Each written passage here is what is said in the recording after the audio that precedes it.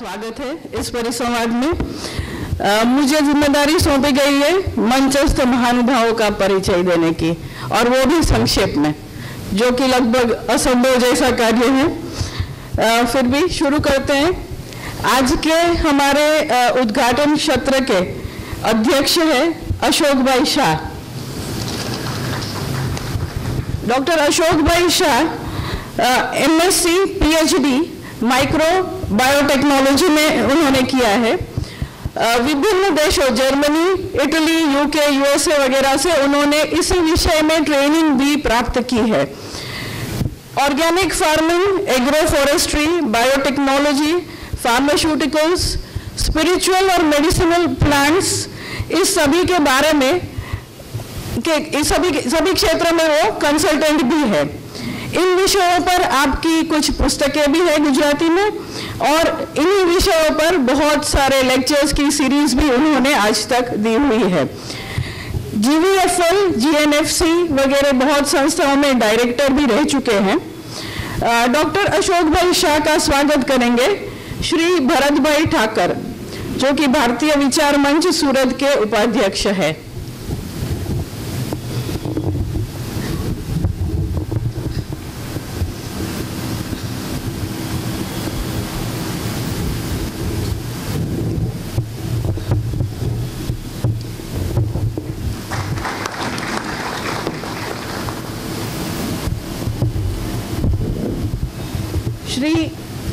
आज के हमारे जो कार्यक्रम के चीफ गेस्ट है, अतिथि विशेष है श्री राजकुमार गटाणी। आप राजस्थान के मूल निवासी है, आसाम में भी रह चुके हैं, और वर्तमान में इनका टेक्सटाइल और रियल एस्टेट का सूरत में बिजनेस है। आप महेश्वरी विद्यापीठ सूरत के ट्रस्टी है और महेश्वरी संस्थान के मेंबर भी है। आपका स्वागत करेंगे भारतीय विचार मंच के कार्यकर्ता किशोर सिंह जी माटेड़ा।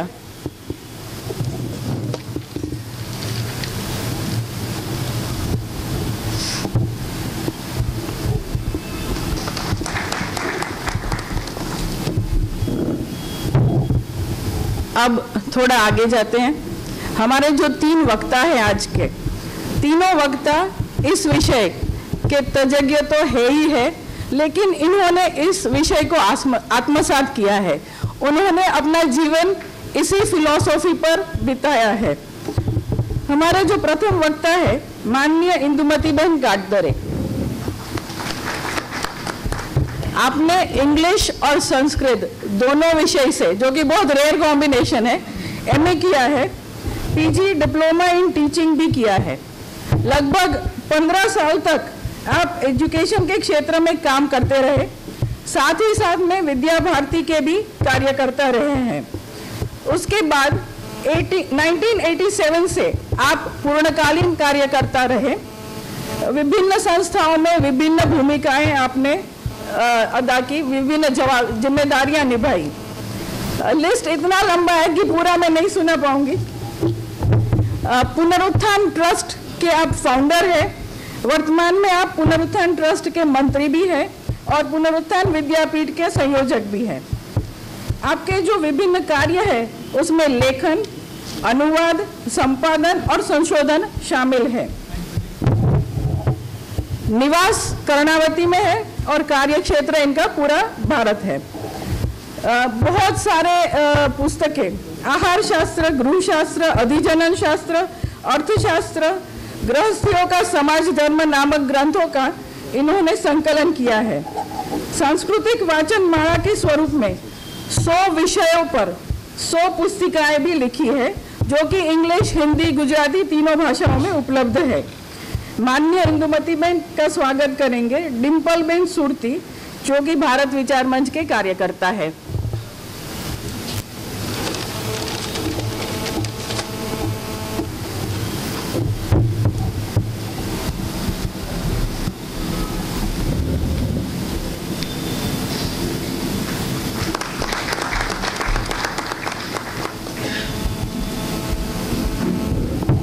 आज के हमारे और एक वक्ता अनिरुद्ध जी देशपांडे जी है।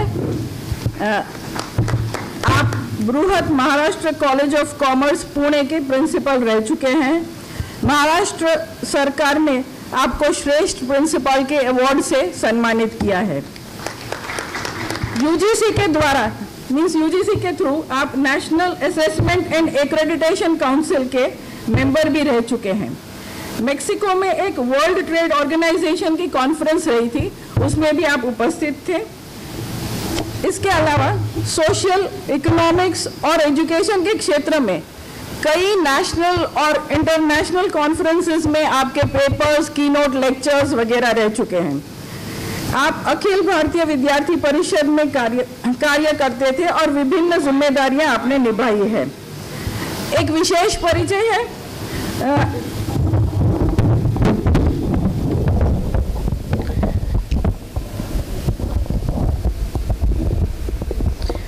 आप इमरजेंसी के दौरान मीसा के बंदी भी 18 महीने तक जेल में रह चुके हैं। वर्तमान में राष्ट्रीय स्वयंसेवक संघ में आप अखिल भारतीय संपर्क प्रमुख हैं। एकात्म मानव दर्शन, इस विषय पर आपका खूब गहरा चिंतन है। श्री अनिरुद्ध जी देशपांडे जी का स्वागत करेंगे संजय भाई।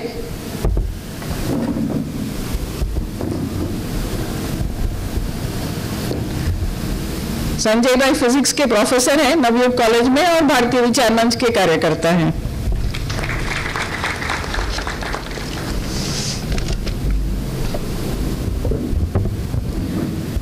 हमारे आज के एक तीसरे वक्ता थोड़ी देरी से आने वाले हैं, उनका परिचय बाद में दे देंगे। अब बाकी रह गए अपने घर के लोग।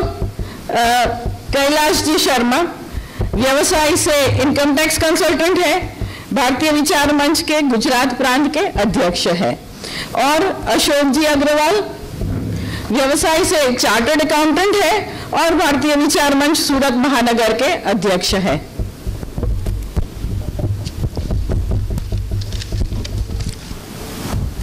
धन्यवाद मेघाबेन। भारतीय विचार मंच गुजरात प्रांतना अध्यक्ष श्री कैलाश जी आजना परिसंवादनी प्रस्तावना मूकशे। श्री कैलाश जी।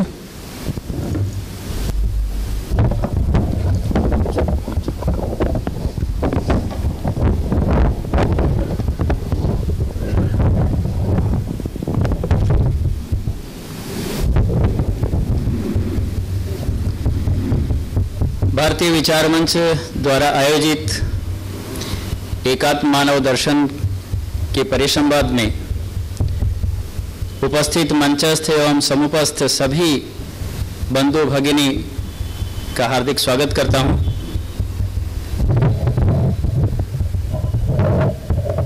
वैसे तो एकात्म मानव दर्शन का विषय यह जीवन में हमेशा मार्गदर्शक बनकर प्रेरणा देने वाला विषय है। इसलिए हमेशा आधुनिक भारत में गीता की तरह इसका पठन हमेशा हो तो और अच्छा है। परंतु वर्तमान के संदर्भ में एक विशेष अवसर भी उपस्थित हुआ है। पंडित दीनदयाल उपाध्याय जी ने यह विचार सबसे पहले 1964 में अपने सामने रखा। 1964 में राष्ट्रीय स्वयंसेवक संघ के संघ शिक्षा वर्गों में कार्यकर्ताओं के सम्मुख इस विषय का प्रथम प्रतिपादन हुआ। उसके पश्चात उनके ऊपर भारतीय जनसंघ के महामंत्री का दायित्व था। इसलिए भारतीय जनसंघ के अखिल भारतीय कार्यकर्ता वर्ग में इस विषय को 1965 में उन्होंने रखा और उसके आधार पर विचार विमर्श होकर भारतीय जनसंघ की रीति नीति का आधारभूत एजेंडा यह एकात्म मानव दर्शन बना। आज उस समय को 50 वर्ष पूरे हो रहे हैं। 1965 से 1915 का काल अनेक उतार चढ़ावों को देने के बाद आज हम उपस्थित हैं। इस 50 वर्ष की पूर्णाहुति के अवसर पर भी अपने संघ परिवार के विचारकों ने ऐसा निश्चित किया कि एकात्म मानव दर्शन को ठीक प्रकार से और अच्छी भली प्रकार से समाज के सामने रखा जाए, देश के सामने रखा जाए। इसलिए अनेक प्रकार के कार्यक्रमों के माध्यम से, कुछ नए प्रकल्पों के माध्यम से इस विचार को सही प्रकार से समाज में फैलाया जाए, उसी की कड़ी के रूप में आज की अपने परिसंवाद का कार्यक्रम है। एक और साथ में संयोग मिला है। माननीय दीनदयाल जी उपाध्याय का जन्म शताब्दी वर्ष भी इसी वर्ष शुरू होने वाला है। 1916 में उनका जन्म हुआ, इसलिए 25 सितंबर 2016 से लेकर 2015 से लेकर 2016 तक यह वर्ष उनका जन्म शताब्दी वर्ष भी मनाया जाने वाला है। ये दोनों संयोग एक साथ उपस्थित हुए हैं, इसलिए एकात्म मानववाद को समझने और उसे और प्रस्तावित करने का यह सुअवसर हमारे सामने है।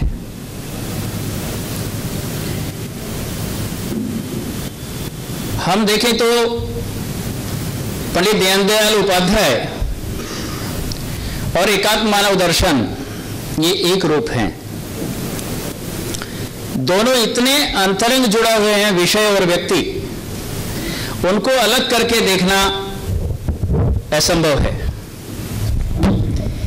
दीनदयाल जी का ठीक प्रकार से परिचय प्राप्त करना हो तो एकात्म मानव दर्शन को भी पढ़ना पड़ेगा, और यदि एकात्म मानव दर्शन को समझना हो तो पंडित दीनदयाल जी को पढ़ना पड़ेगा। दोनों एक दूसरे के पूरक और समन्वय है। किस प्रकार के व्यक्तित्व ने यह विचार दुनिया के सम्मुख रखा, इसका थोड़ा विचार करना आवश्यक होता है। इसलिए कुछ छोटी छोटी बातें दीनदयाल जी के जीवन की आपके सम्मुख उपस्थित करने का प्रयत्न करूंगा, उसके बाद विषय की ओर आगे बढ़ेंगे। पंडित दीनदयाल जी का जन्म जिस समय हुआ, एक अत्यंत निम्न मध्यम वर्गीय परंतु संस्कारी परिवार में हुआ। बहुत ही सरल जीवन रहा हो, सुखमय जीवन रहा हो, ऐसी उनकी स्थिति नहीं थी। अत्यंत कठिन जीवन उन्होंने बाल्यकाल से, जन्म से ही जिया। 2.5 वर्ष की अवस्था में पिताजी का देहांत हो गया। 7 वर्ष की अवस्था में माता का देहांत हो गया। माता पिता की छत्र छाया एकदम बाल्यकाल में उनके सिर से उठ गई। नाना के पास से गए, वहां उनका पालन पोषण प्रारंभ हुआ, परंतु 9 वर्ष की अवस्था में ही नाना जी चल बसे। उसके बाद मामा, मामी, नानी, उन्होंने उनका पालन पोषण आगे किया, परंतु जिस मामी ने मातृत्व के वात्सल्य से उनका पालन पोषण जो कर रहे थे, उनका भी 15 वर्ष की अवस्था में ही देहांत हो गया। 18 वर्ष के हुए तो उनके छोटे भाई शिवदयाल जी का देहांत हो गया, अत्यंत तरुण अवस्था में। एक के बाद एक आघात उनके बाल्यकाल से ही उनके जीवन पर हुए। और फिर नाना नानी के परिवार में भी एकमात्र नानी बची थी जो उनकी देखभाल करती थी, परंतु 19 से लेकर किशोरावस्था, युवावस्था, सारी एकदम आघात से एक से एक बड़े आघातों में उनका बचपन जीता। कोई भी सामान्य आदमी ऐसे आघातों को सहन नहीं कर सकता, टूटकर बिखर सकता है, परंतु दीनदयाल जी किस मिट्टी के थे पता नहीं। जैसे सोने को तपाया जाता है तो कुंदन बनता है, इसी प्रकार इन सारे आघातों प्रत्याघातों को सहते हुए उनके जीवन में जो निखार आया, जो तेजस्विता आई, जो उनकी प्रतिभा का विकास हुआ, वह अवर्णनीय है, अलौकिक है। 9 वर्ष की अवस्था तक तो उनके पढ़ाई का, अध्ययन का प्रबंध ही नहीं हुआ था। 9 वर्ष के पश्चात उनका शिक्षण प्रारंभ हुआ, परंतु वहां से उनकी प्रतिभा का परिचय सबको मिलना प्रारंभ हुआ। और इसी बीच में पढ़ाई करते, इस अवस्था में आघात सहते सहते भी एक अनिकेत का जीवन उनको जीना पड़ा। जन्म से अपना स्थान छोड़ना पड़ा। नगला चंद्रभान नाना के घर गए, वहां से गुड़ की मड़ैया जाना पड़ा, क्योंकि मामा भी रेलवे में सर्विस करते थे, जहां बदली होती थी वहां जाना पड़ता था। वहां से गंगापुर सिटी आना पड़ा, गंगापुर से कोटा आना पड़ा, कोटा से सीकर, सीकर से आगरा, कानपुर, कानपुर से आगरा। पढ़ते पढ़ते भी इतने स्थानों का भ्रमण उनको करते करते अध्ययन पूरा करना पड़ा। परंतु इस बीच में किस प्रकार की प्रतिभा उनको संसार को मिली, तो जिस समय सीकर में 10वीं की परीक्षा पास कर रहे थे, 9वीं 10वीं वहां से हुई। 9वीं कक्षा का विद्यार्थी 10वीं कक्षा के विद्यार्थियों को गणित पढ़ाता था, और 10वीं की परीक्षा में उनके जो परीक्षा फल प्राप्त हुआ, सारे बोर्ड में पूरे राजस्थान में प्रथम स्थान प्राप्त किया। वहाँ के जो कल्याण सिंह जी, जिनके कॉलेज थी, महाराजा कल्याण सिंह ने उनको स्वर्ण पदक दिया, छात्रवृत्ति दी और नगद पुरस्कार भी दिया। इंटरमीडिएट पिलानी कॉलेज में करने के लिए गए, उस समय बहुत विख्यात थी पिलानी की कॉलेज। इंटरमीडिएट में भी इसी प्रकार का स्थान प्राप्त किया, और इतना अच्छा कि वे केवल उस परीक्षा में सर्वप्रथम ही नहीं रहे, तो प्रत्येक पेपर में सर्वप्रथम रहे। ऐसा पहली बार वहां के इतिहास में हुआ। मैंने सुना है कि वहां के उनके उत्तर भाइयों को अभी तक संजो कर रखा गया है। वहां भी घनश्याम दास जी बिड़ला ने उनको स्वर्ण पदक दिया, छात्रवृत्ति दी और पुरस्कार दिया। इतने सारे आघातों को सहने वाला विद्यार्थी, एक गरीब घर का विद्यार्थी, किस प्रकार से इतनी प्रतिभा को संपन्न कर सकता है, दिखा सकता है। और इसी प्रकार बीए की पढ़ाई में कानपुर में, एमए की पढ़ाई में आगरा में उन्होंने प्रथम श्रेणी से सब कुछ प्राप्त किया। इसी बीच उनका लेखन भी प्रारंभ हो गया, संघ से संपर्क आया कानपुर में। धीरे धीरे धीरे धीरे नानाजी देशमुख और अन्य कार्यकर्ताओं के संपर्क में आकर, माननीय भावराव जी के संपर्क में आकर संघ का जो संस्कार उनको और साथ में मिल गया, एक दिशा जीवन की पकड़ी। और जो एक बाल्यकाल में एक अनिकेत विवस्था के कारण से जीवन उनको जीना पड़ता था, वह उन्होंने संघ के प्रचारक के नाते एक स्थायी अनिकेत जीवन जीने का निश्चय किया। संघ का कार्य की अद्भुत क्षमता उनमें, संगठन कौशल्य, वाक चातुर्य, निर्मल स्वभाव, आत्मीयतापूर्ण उनका व्यवहार, इन सारे गुणों के कारण से सब जगह लोकप्रिय होते जाते थे। बाद में जब जनसंघ की स्थापना हुई, पंडित श्याम प्रसाद मुखर्जी को कुछ अच्छे सहयोगी की आवश्यकता हुई। पूजनीय गुरुजी से चर्चा के बाद जो कुछ प्रमुख कार्यकर्ता पूजनीय गुरुजी ने श्यामा प्रसाद जी को साथ में दिए, उनमें सबसे महत्वपूर्ण स्थान दीनदयाल जी का था। और किस प्रकार से उनका जीवन राजनीति में जाने के बाद भी खिलता रहा, और कैसा उन्होंने एक प्रेरणा सारे देश में जगाई, हम पढ़ेंगे तो सब मालूम पड़ेगा। राजनीति में जाने के बाद भी राजनीति की ये जो सर्वसाधारणता है, जो कटुता, जो गंदगी है, जो मैलापन है, उससे अलिप्त, चल कमलवत, इस प्रकार का उनका जीवन रहा। वे अपने आप को राजनीति में संस्कृति के राजदूत मानते थे। संशोधकों को भी सलाह देते थे कि राजनीति में ज्यादा रुचि लेना संघ के कार्यकर्ताओं के लिए ठीक नहीं है। और ऐसा उन्होंने एक बार बोलते हुए कहा कि जैसे मैं भी नहीं लेता हूं। उस समय वे जनसंघ के महामंत्री थे। तो बाद में संशोधकों ने पूछा, आप तो जनसंघ के महामंत्री हैं, राजनीति में लगे हुए, आप कैसे कहते हैं कि आप रुचि नहीं लेते उसमें, आप उसमें लिप्त नहीं हैं? उन्होंने कहा, देखो, मैं जिम्मेवारी वश यहां उपस्थित हूं, राजनीति में हूं, मैंने अपनी वृत्ति राजनीति को नहीं बनाया है। उससे अलिप्त रहते हुए उसका काम मुझे राष्ट्रीय दृष्टि से काम करना है। वहां पर राष्ट्रहित के रूप में उसको एक साधन के रूप में मैंने अपनाया है। यही उनका जीवन भर का व्यवहार रहा। राजनीति में भी संस्कृति का पुट देना, संस्कृति को आधार बनाकर काम करना, यह उनकी विशेषता रही। यही नीति उन्होंने सबके सामने रखी। और इसलिए राष्ट्रीय विचार को आधार बनाकर काम करने के कारण से राजनीति के अनेक अवसरों पर उन्होंने अपनी राष्ट्रीय अखंडता का विषय अपनी आंखों के सम्मुख रखा। उनकी कभी चुनाव लड़ने की इच्छा नहीं हुई, परंतु एक बार चुनाव उनको लड़वाया गया और वहां की स्थिति ऐसी थी कि जातिगत समीकरण आवश्यक था, राजपूत ब्राह्मण इस प्रकार से। उन्होंने सबको नकारा, केवल राष्ट्रीय हित की बातें की और परिणाम भी यह मिला कि वो हार गए। परंतु अपनी राष्ट्रीय एकात्मता का आधार नहीं छोड़ा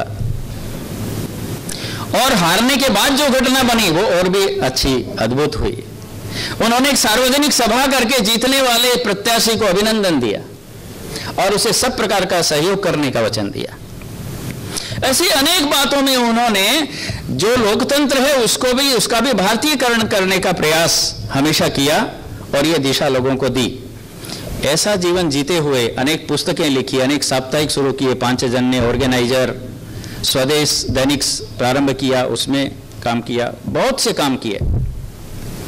परंतु राजनीति के क्षेत्र में भी एक राष्ट्र नीति को सामने रखते हुए काम करके एक आदर्श प्रस्तुत उन्होंने किया और इस कारण से न केवल जनसंघ, न केवल संघ का परिवार, परंतु सभी प्रकार की विचारधाराओं के लोगों के सम्मान के पात्र, श्रद्धा के पात्र वो बने। ऐसे व्यक्ति द्वारा एक युगानुकूल सनातन भारतीय चिंतन का प्रतिपादन इस एकात्म मानव दर्शन में हुआ है। उसके बारे में हम आज बहुत कुछ सुनने को मिलेंगे। हमारा सौभाग्य है कि इस विषय के बहुत ही मर्मज्ञ न केवल अध्ययन करने वाले बल्कि उसके ऊपर प्रकाश डालने वाले, रिसर्च करने वाले, उसको अपने जीवन में जीने वाले ऐसे वक्ता आज हमको प्राप्त हुए हैं। पंडित दीनदयाल उपाध्याय जी ने एकात्म मानव दर्शन के बारे में स्वयं अपने मनोगत में क्या लिखा है वो पढ़ के मैं मेरी बात पूरी करता हूं। पंडित जी लिखते हैं, सिद्धांत और नीति का जो प्रलेख उन्होंने रखा जनसंघ के सामने, आज भारत के इतिहास में क्रांति लाने वाले दो पुरुषों की याद आती है। एक वह है कि जब जगतगुरु शंकराचार्य सनातन बौद्धिक धर्म का संदेश लेकर देश में व्याप्त अनाचार समाप्त करने चले थे, और दूसरा वह है कि जब अर्थशास्त्र धारणा का उत्तरदायित्व लेकर संघ राज्यों, रिपब्लिक में बिखरी राष्ट्रीय शक्ति को संगठित कर साम्राज्य की स्थापना करने चाणक्य चले थे।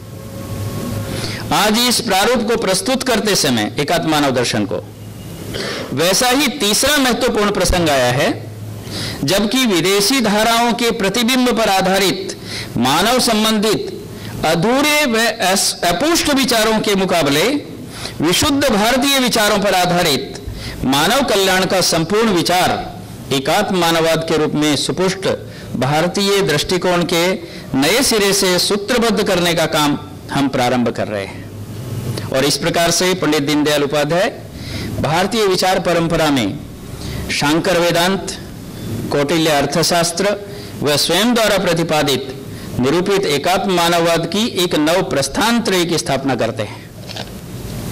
इस प्रकार का एक भगीरथ कार्य उन्होंने हमारे राष्ट्र के सामने, दुनिया के सामने किया। आज ये विषय जहां एक पूंजीवाद और साम्यवाद सब जगह असफल दिखाई देते जा रहे हैं, दुनिया के सामने फिर से एक नया विचार करने की आवश्यकता पड़ी है। ऐसे समय में पंडित जी द्वारा प्रतिपादित एकात्म मानव दर्शन एक सही दिशा देने के लिए सामने उपस्थित है। उस पर आज न केवल भारतवर्ष, संपूर्ण विश्व में विचार चर्चा चल रही है, उसकी ओर आने पर लोग आकर्षित हो रहे हैं। ऐसे एक महत्वपूर्ण विषय पर इसका ठीक प्रकार से सुनने के लिए, मनन करने के लिए, वार्तालाप के माध्यम से और अधिक गहराई में जाने के लिए हम सब उपस्थित हैं। हमारे सभी विद्वान वक्ता लोग तो हमको सब कुछ बताएंगे ही, हम भी उतनी ही प्रकार से गहरे पानी बैठिए, जिन खोजे तिन पाइया गहरे पानी बैठ, हम भी जितना उसमें अंदर उतरेंगे उतना ही लाभ प्राप्त करेंगे। इसी प्रार्थना के साथ मैं अपनी बात पूरी करता हूँ। શ્રી ઇન્દુમતીબેનને પોતાના વિચારો અભિવ્યક્ત કરવા માટે વિનંતી।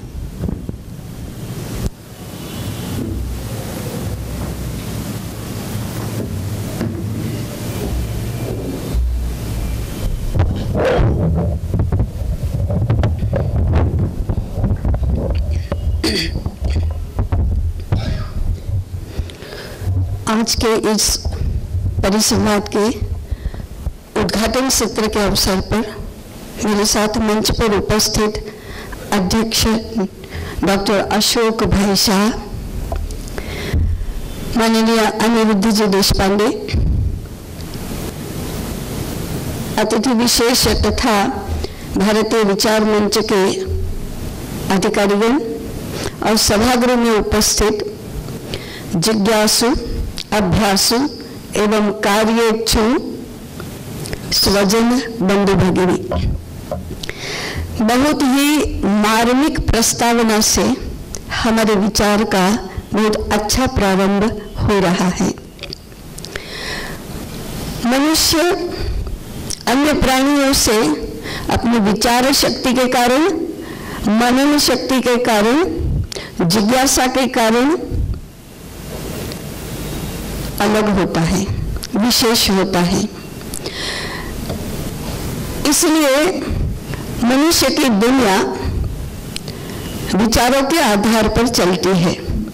उसका मानस कैसा है, उसकी दृष्टि कैसी है, उसके अनुसार उसका व्यवहार होता है, उसके अनुसार व्यक्तिगत जीवन की और सार्वजनिक जीवन की व्यवस्थाएं बनती है, उसके आधार पर रचनाएं निर्माण होती है, उसके आधार पर उसका व्यवहार भी होता है। विश्व में आज दो प्रकार की विचारधाराओं का प्रचलन है। अनेक प्रकार के लोग अनेक प्रकार से विचार जरूर करते हैं, परंतु मोटे मोटे रूप में अगर विभाजन करें तो दो मुख्य विचारधाराएं हमको दिखती हैं। इस मूल अंतर जो है दो विचारधाराओं में, वह एक है अनात्मवादी विचार और दूसरा है आत्मवादी विचार। अनात्मवादी विचार आत्म तत्व को मानता नहीं है, आत्मवादी विचार आत्म तत्व को मानता है। और एकात्म मानव दर्शन में आत्म तत्व यह शब्द मूल शब्द है। इसलिए हम इस आत्मवादी विचार का स्वरूप क्या होता है, उसकी रचनाएं कैसी होती है, उसकी व्यवस्थाएं कैसी होती है, उसका व्यवहार कैसा होता है, उसका विचार हम करेंगे। आज पूरे विश्व पर इस अनात्मवादी विचार का प्रभाव है और इसका परिणाम हमको स्पष्ट रूप से दिखाई देता है कि आज विश्व अनेक प्रकार के संकटों से ग्रस्त हो गया है। इन सारे संकटों को भी हम अगर थोड़ा सा वर्गीकृत करने का प्रयास करें तो चार प्रकार के संकट हमें दिखाई देते हैं। सबसे पहला संकट है दारिद्र्य का, भूखमरी, माने कोट्यावधि लोग भूख से मर जाते हैं, भूखमरी। और फिर आए तो बेरोजगारी, लूटपाट, आर्थिक अनवस्था, दारिद्र्य। इस प्रकार का यह आर्थिक संकट का स्वरूप है, दारिद्र्य का स्वरूप है। अब ये जो संपूर्ण मनुष्य जाति का दारिद्र्य है वो स्वाभाविक नहीं है, प्रकृति दत्त नहीं है, क्योंकि प्रकृति का नियम है कि प्रकृति जिसको भी जन्म देती है उसके जीवन को चलाने के लिए जो जो भी आवश्यक बातें हैं वो भी साथ में निर्माण करती ही है। इसलिए प्रकृति, हम गुजराती में बोलते हैं, सामान्य लोग भी बोलते हैं, भगवान भूख्या उठा दे छे, भूख्या सुवा नहीं देतो कोई नहीं। इसका अर्थ नहीं है कि प्रकृति के पास तो जिसको जिसको उसने जन्म दिया उन सब के भरण पोषण की व्यवस्था है, परंतु मनुष्य के विपरीत विचार ने इस जगत में दारिद्र्य का, भूखमरी का, बेरोजगारी का, विपरीत बातों के बहुतायत का और आवश्यक बातों के अभावों का संकट निर्माण किया है। ये एक संकट है। दूसरा संकट है आत्यंतिक हिंसा। इस अनात्मवादी विचार के